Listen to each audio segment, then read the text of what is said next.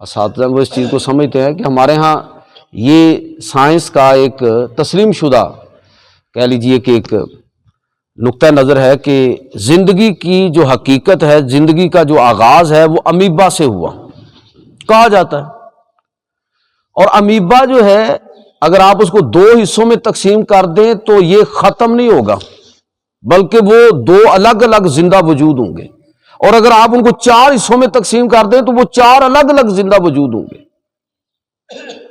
اللہ تعالیٰ میں فرما رہا ہے کہ غور و فکر سے کام لو۔ میں اور بھی اس کی مثالیں دے سکتا ہوں کہ خود انسانی حیات کا جو آغاز جس انداز میں ہوتا ہے اس پر بھی ذرا غور کیا کریں۔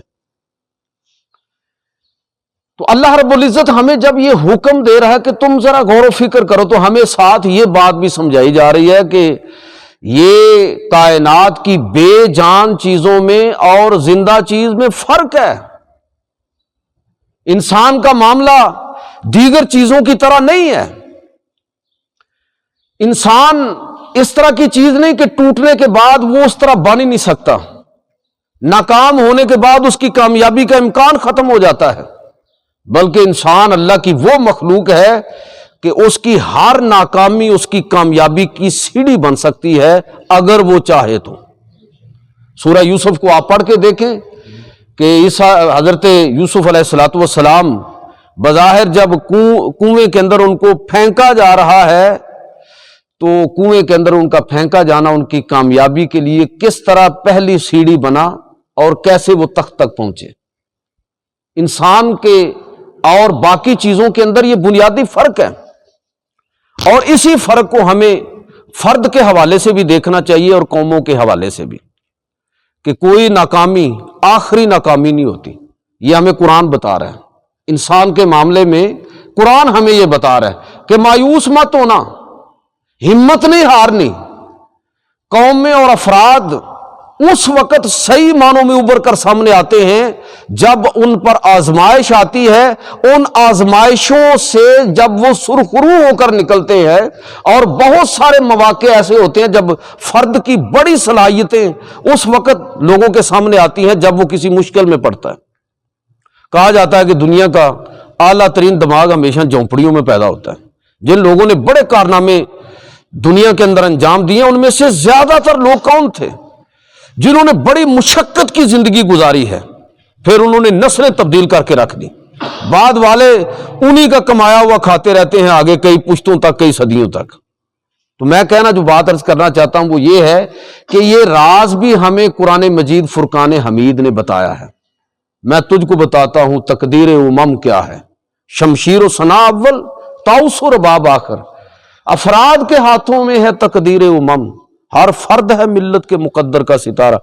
پہلی جنگ عظیم جب ترکوں کو غالباً بلکان کی جنگ میں یہ ایسا واقعہ آیا کہ 33,000 ترک فوجی ایک ہی مارکے کے اندر شہید ہوئے، بہت بڑی ظاہر ہے یہ بہت بڑی ڈیفیٹ تھی۔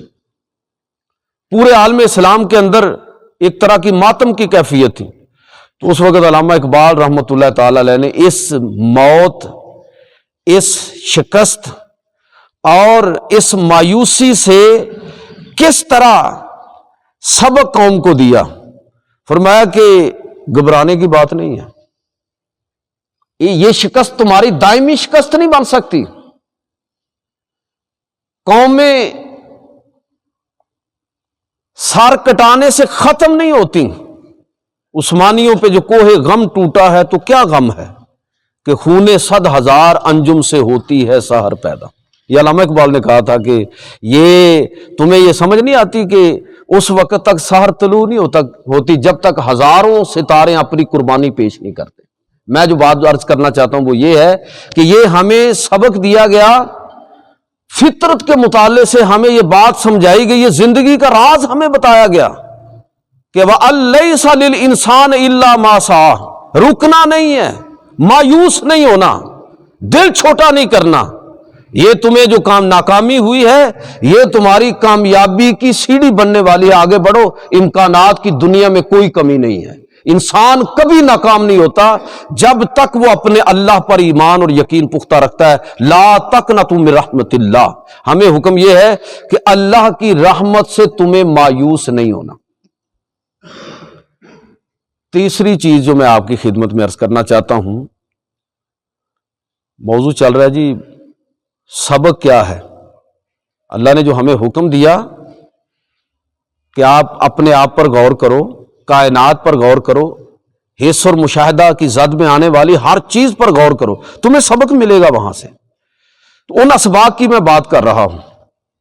ایک سبق ہمیں یہ بھی ملتا ہے، سیرت سے بھی ہم دیکھتے ہیں، قرآن مجید سے بھی دیکھتے ہیں، زندگی کا یہ گر، زندگی کا یہ راز کہ قومیں کب طاقتور ہوتی ہیں، خاندان کب مضبوط ہوتے ہیں، معاشرے کب استحکام پکڑتے ہیں، جب ان کے درمیان ایک دوسرے کو برداشت کرنے کی صلاحیت اور اہلیت پیدا ہو جاتی ہے۔ بھئی اگر ہمارے درمیان کوئی اختلاف نہ ہو تو پھر آپ یہ سمجھ لیں کہ انسانوں میں اور ڈنگروں میں کوئی فرق نہیں ہے، اس لیے کہ جانوروں میں آپ کبھی اختلاف نہیں دیکھیں گے، انسانوں میں اختلاف ہوتا ہے۔ اختلاف ہونا خطرناک نہیں ہے، خطرناک یہ ہے کہ ہمارے درمیان اختلاف برداشت کرنے کی جو صلاحیت اور اہلیت ہے وہ ختم ہو جائے، یہ بہت خطرناک بات ہے۔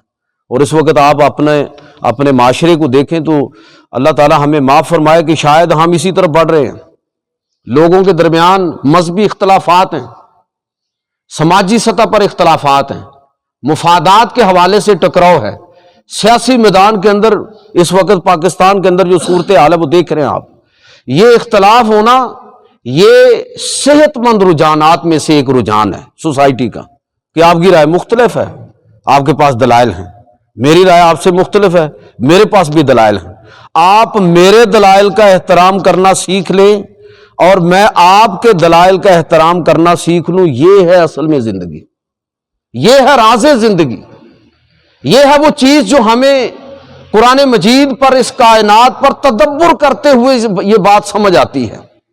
تو جو بات سمجھنے والی یہ ہے کہ جب سوسائٹی اور معاشرے کا اجتماعی شعور اتنا طاقتور ہو جائے اور اس کے اندر اتنی صلاحیت اور اہلیت پیدا ہو جائے کہ وہ اپنے سے اختلاف کرنے والے کو کاٹ کر پھینک نہیں دیتا بلکہ اس کو برداشت کرنا سیکھ لیتا ہے، وہ اصل میں ایک مستحکم معاشرہ ہے، وہ خاندان ایک مضبوط خاندان ہے جو آپس میں جڑا رہتا ہے اختلافات کے باوجود، جو معاشرہ اختلافات کے باوجود ایک حد سے آگے انتشار کا باعث نہیں بنتی ان کی فکر اور سوچ، یہ مضبوط معاشرے ہوتے ہیں۔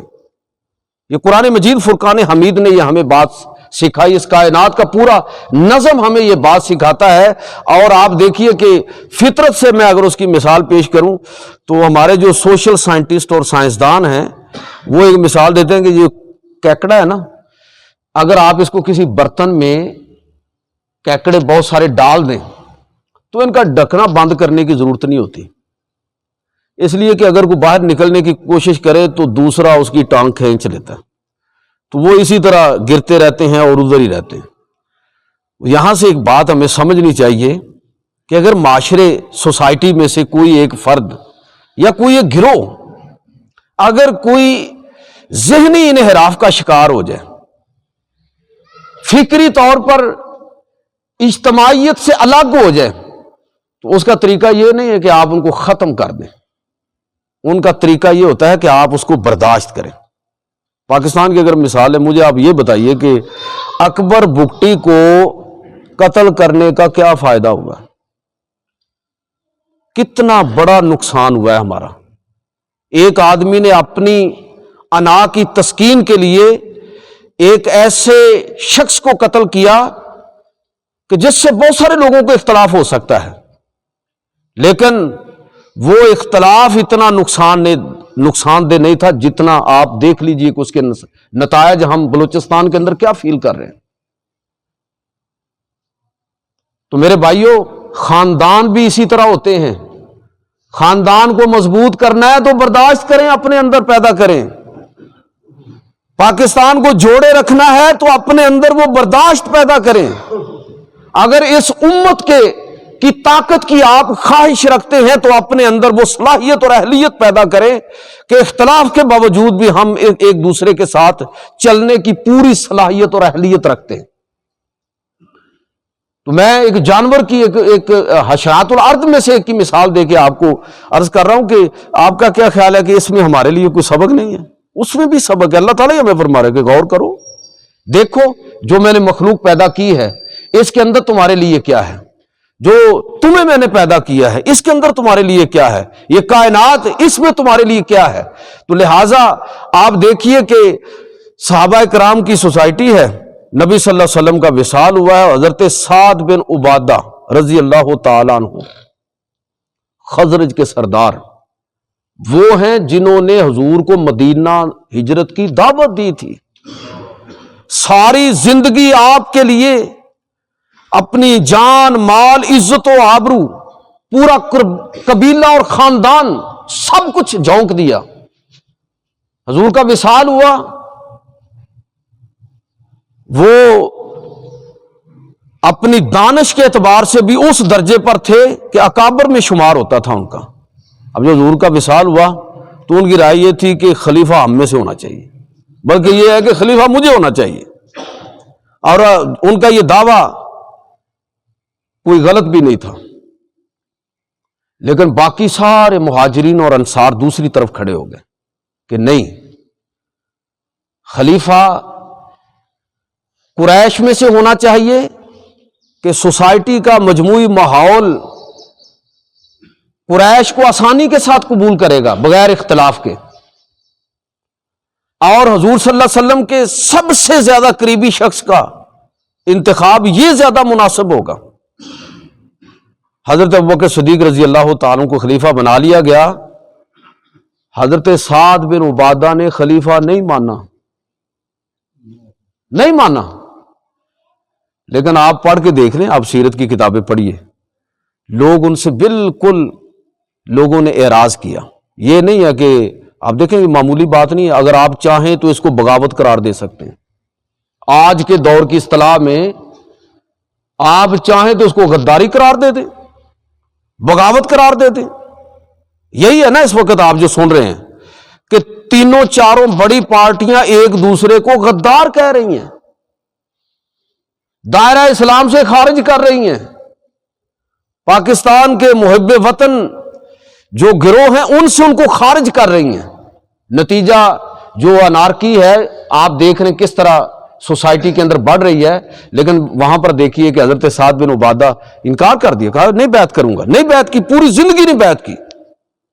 حضرت ابوبکر صدیق رضی اللہ تعالیٰ بالکل ان کو کہا کہ ان کو چھوڑ دو، تم کچھ نہیں کہنا کسی نے. ان کو شام کی طرف چلے گئے، وہاں ہی ان کا انتقال ہوا. میں جو بات عرض کرنا چاہتا ہوں کہ کسی نے ان کے خلاف بغاوت کے پرچے درج نہیں کروائے، کسی نے ان کو اپنے میں سے الگ کوئی گروہ شمار نہیں کیا، بالکل لا تعلق ہو گئے.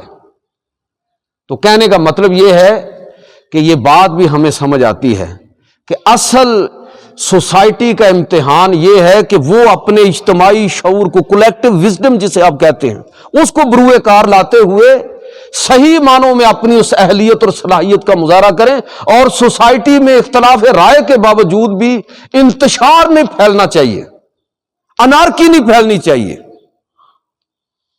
اسی لیے حضور صلی اللہ علیہ وسلم فرمایا تھا کہ انصر اخاک ظالما او مظلوما، اپنے بھائی کی مدد کرو چاہے وہ ظالم ہو یا مظلوم. صحابہ نے عرض کی یا رسول اللہ مظلوم کی مدد سمجھ آتی ہے، ظالم کی مدد کا کیا مطلب ہے؟ آپ نے فرمایا ظلم سے روک لو اس کو، اس کی سابقہ خدمات کے پیش نظر اس کے ساتھ خیر خواہی کرو. ایک غلطی ہو گئی ہے فارغ کر دو گے اس کو، اس کی پچھلی خدمات کو بھی دیکھ لو، صرف نظر کرو، اعراض کرو، نظر انداز کر دو، اپنے سے الگ نہ اس کو ہونے دو، دشمن کے پاس نہ اس کو جانے دو.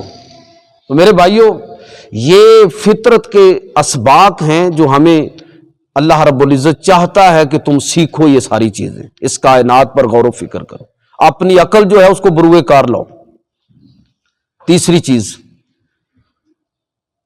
یہ بڑی زبردست چیز ہے اور میں اس کا اکثر ذکر کیا کرتا ہوں کہ اللہ رب العزت نے جس طرح ہمارا دین ہے نا، اسی طرح اس کائنات کا بھی ایک دین ہے، اس پوری کائنات کا بھی ایک دین. اور وہ دین کیا ہے؟ وہ دین یہ ہے کہ کائنات کا دین حقوق طلبی نہیں ہے، نفع بخشی ہے کہ آپ کائنات کی ہر چیز پر غور کریں کہ وہ نفع بخش ہے دوسروں کے لیے.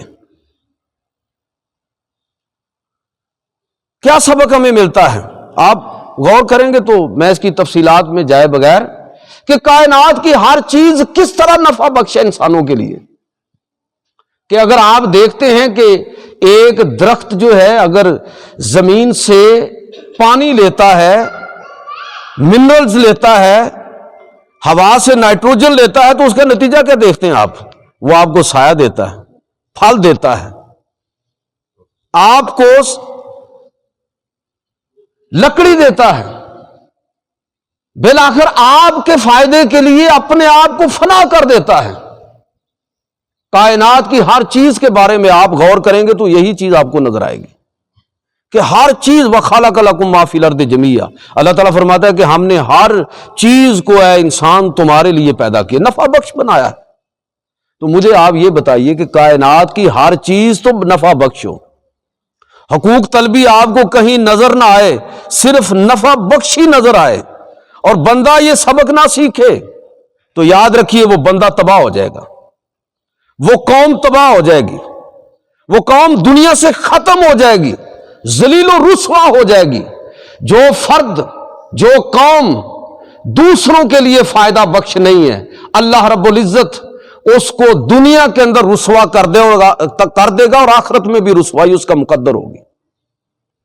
میں پچھلے جمعے بھی یہ بات کر رہا تھا کہ اگر امت مسلمہ انفرادی طور پر اور اجتماعی طور پر اگر اس امت نے اپنے آپ کو نفع بخش نہ بنایا تو دنیا کے اندر اپنے وجود کا جواز کھو بیٹھے گی یہ امت.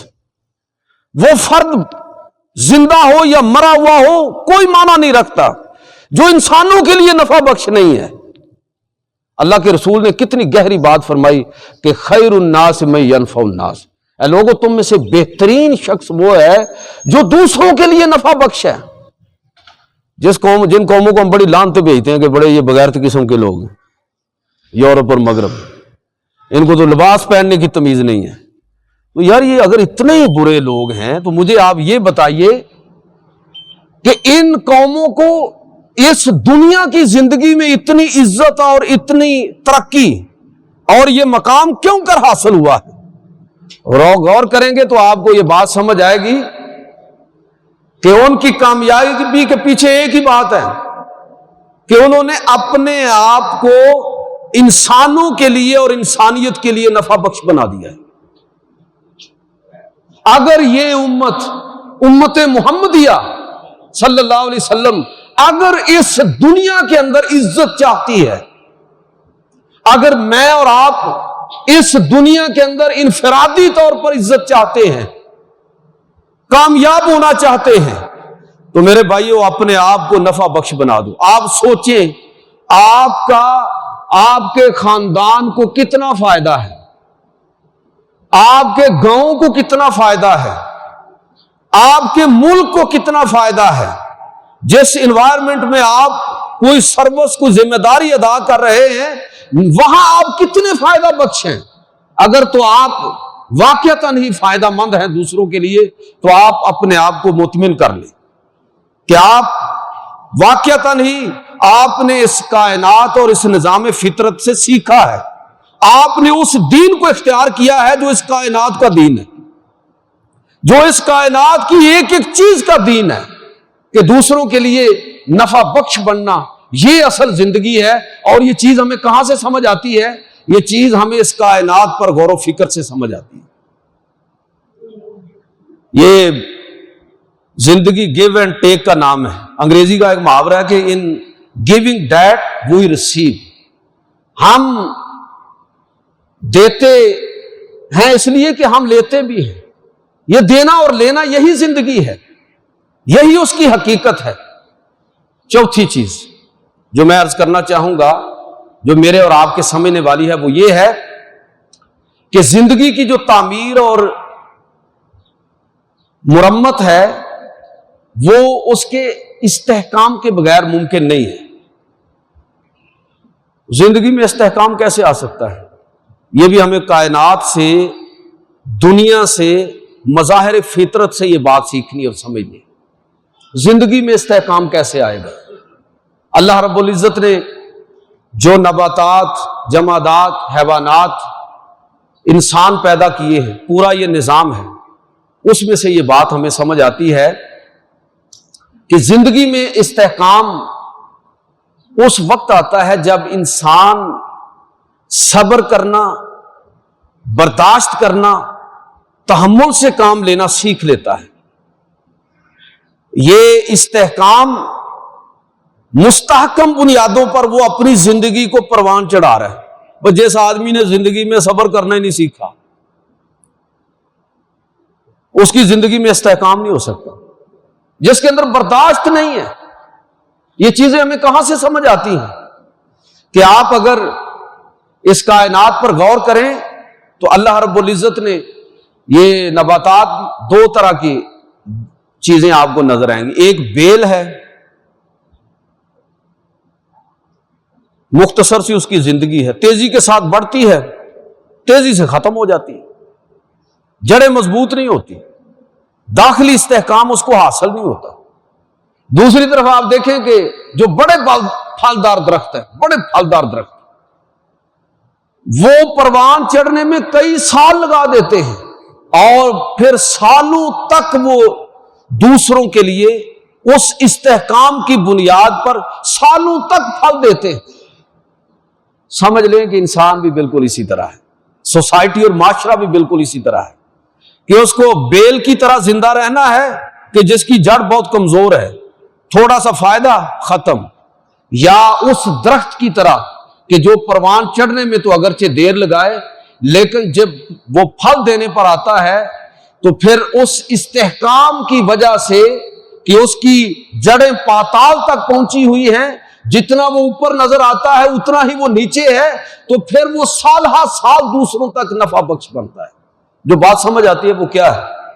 وہ یہ سمجھ آتی ہے کہ آپ کی اور میری انفرادی سطح پر اور بحیثیت قوم اجتماعی سطح پر ترقی اس وقت تک ممکن نہیں ہے جب تک ہمیں داخلی استحکام نصیب نہ ہو، ہماری بحیثیت قوم جڑیں مضبوط نہ ہوں، اور ہمیں لیڈر بھی ایسے چاہیے کہ جو جز وقتی چیزیں دکھا کے ہمیں مطمئن نہ کر دیں۔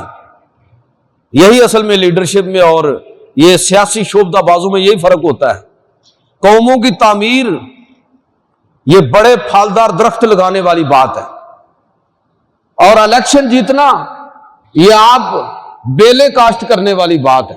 بس ٹھیک ہے، وقتی طور پر آپ کو خوش خش کر لیا، موسمی پھولوں والے پودے لگا دیے، آپ کو مطمئن کر دیا اور الیکشن جیت لیا۔ قوموں کی تعمیر کیسے؟ یہ شعور قوموں کو ہونا چاہیے، قوموں کو پہچاننا چاہیے کہ شعبدہ باز لیڈر کون ہیں اور قومی تعمیر کا جذبہ رکھنے والے اور مستقبل کی پیش بندی کرنے والے کون ہیں۔ یہ باتیں کہاں سے ہمیں سمجھ آ رہی ہیں؟ قرآن مجید فرقان حمید سے۔ اللہ رب العزت ہمیں یہ بات سمجھا رہا ہے، بتا رہا ہے کہ اگر تم ایک مستحکم قوم بننا چاہتے ہو تو تمہیں داخلی سطح پر استحکام کی ضرورت ہے۔ بھائی بہت زیادہ دولت اکٹھی کرنا یہ کامیابی کی دلیل نہیں ہے۔ دولت کی کثرت سے زیادہ یہ اہم ہے کہ آپ دولت حاصل کرنے کی صلاحیت سے واقف ہو، اس کو خرچ کرنے کی اہلیت کے مالک ہو۔ وہ ہمارے پنجابی میں مثال دی جاتی ہے کہ چوری دے کپڑے دے ڈانگاں دے غازی۔ آپ ایسے آدمی کو کبھی خوشحال اور امیر نہیں دیکھ سکتے جس پر اچانک دولت برس پڑے، اس لیے کہ وہ تو نہ کمانے کی اہلیت رکھتا ہے، نہ خرچ کرنے کی صلاحیت اس کے اندر موجود ہے، وہ جس طرح آتا ہے اسی طرح ضائع کر دیتا ہے۔ وہ لوگ جو، اور قوموں کی بات بھی ہے، افراد کی بات بھی ہے کہ جو گریجولی اوپر جاتے ہیں، جس طرح کہ فطرت کی تعلیم ہے، وہ اصل میں وہ قومیں وہ ہیں کہ جو وہ سارے گیپ کور کرتے ہوئے اوپر کی طرف جاتی ہیں۔ وہ افراد جو زندگی کو ایک تسلسل کے ساتھ گزارتے ہیں، یہ لوگ وہ ہیں کہ جو زندگی کی حقیقتوں سے آشنا ہوتے ہیں، اور یہ وہ لوگ ہیں کہ جو اس دنیا میں بھی کامیاب ہیں اور آخرت کے اندر بھی کامیاب ہیں۔ یہ تکے شکے لگنے والی باتیں ساری فضولیات ہیں۔ نہ دنیا میں کوئی تکا لگتا ہے کامیابی کے لیے اور نہ ہی آخرت میں کوئی تکا لگنے والا ہے۔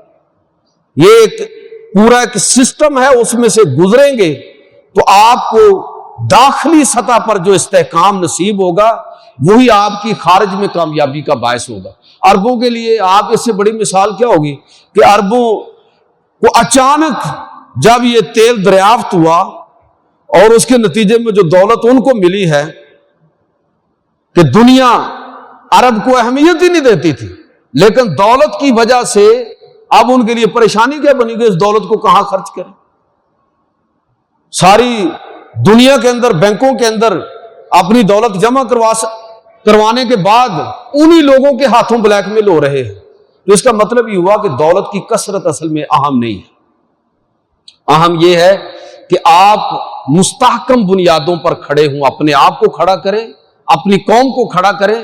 تو میرے بھائیوں، ایک نہیں 20 باتیں ایسی ہیں، آخری بات کر کے میں ختم کروں گا کہ ایک اور چیز جو ہمیں فطرت سے سیکھنے کی ضرورت ہے، وہ جو کسی شاعر نے کہا تھا نا کہ جو عالی ظرف ہوتے ہیں ہمیشہ جھک کے ملتے ہیں، کہ سراہی سرنگوں ہو کر برا کرتی ہے پیمانہ۔ یہ بات بھی ہمیں فطرت سے سمجھ آتی ہے، کائنات پر غور و فکر سے سمجھ آتی ہے۔ اپنے مشاہدے کی بات پر ہم یہ بات سمجھ سکتے ہیں کہ اگر زندگی کے اندر کوئی قوم، کوئی فرد کامیاب ہوا ہے تو اس کے اندر برداشت ہے، اس نے دبنا سیکھا ہے۔ جس نے دبنا سیکھا ہے اسی نے ابھرنا سیکھا ہے، جس نے برداشت کرنا سیکھا ہے، جس نے صبر سے کام لینا سیکھا ہے، وہی زندگی میں سرخرو ہوا ہے، اس زندگی کے اندر بھی اور آخرت کی زندگی کے اندر بھی۔ جس کے اندر یہ صلاحیت ہے وہ گویا کہ وہ ہے، بحیثیت فرد ہوگا تب بھی، بحیثیت قوم ہوگا تب بھی۔ آپ نبی کریم صلی اللہ علیہ وسلم کی سیرت کو پڑھیں تو آپ کو یہ بات سمجھ آئے گی کہ مکہ کی زندگی کے اندر اللہ کے پیغمبر صلی اللہ علیہ وسلم نے صحابہ کو یہ بات سمجھائی۔ جب کوئی ظلم کرتے تھے اہل مکہ تو اللہ کے نبی فرماتے تھے کہ صبر سے کام لو، یہ صبر تمہاری کامیابیوں کی بنیاد بننے والا ہے، برداشت سے کام لو، دنیا اور آخرت میں تمہارے لیے کامیابیوں کے دروازے کھلنے والے ہیں۔ تو جب کوئی فرد اپنے اندر یہ صلاحیت اور اہلیت پیدا کر لیتا ہے تو میرے بھائیوں وہ فرد کامیاب ہے، وہ قوم کامیاب ہے۔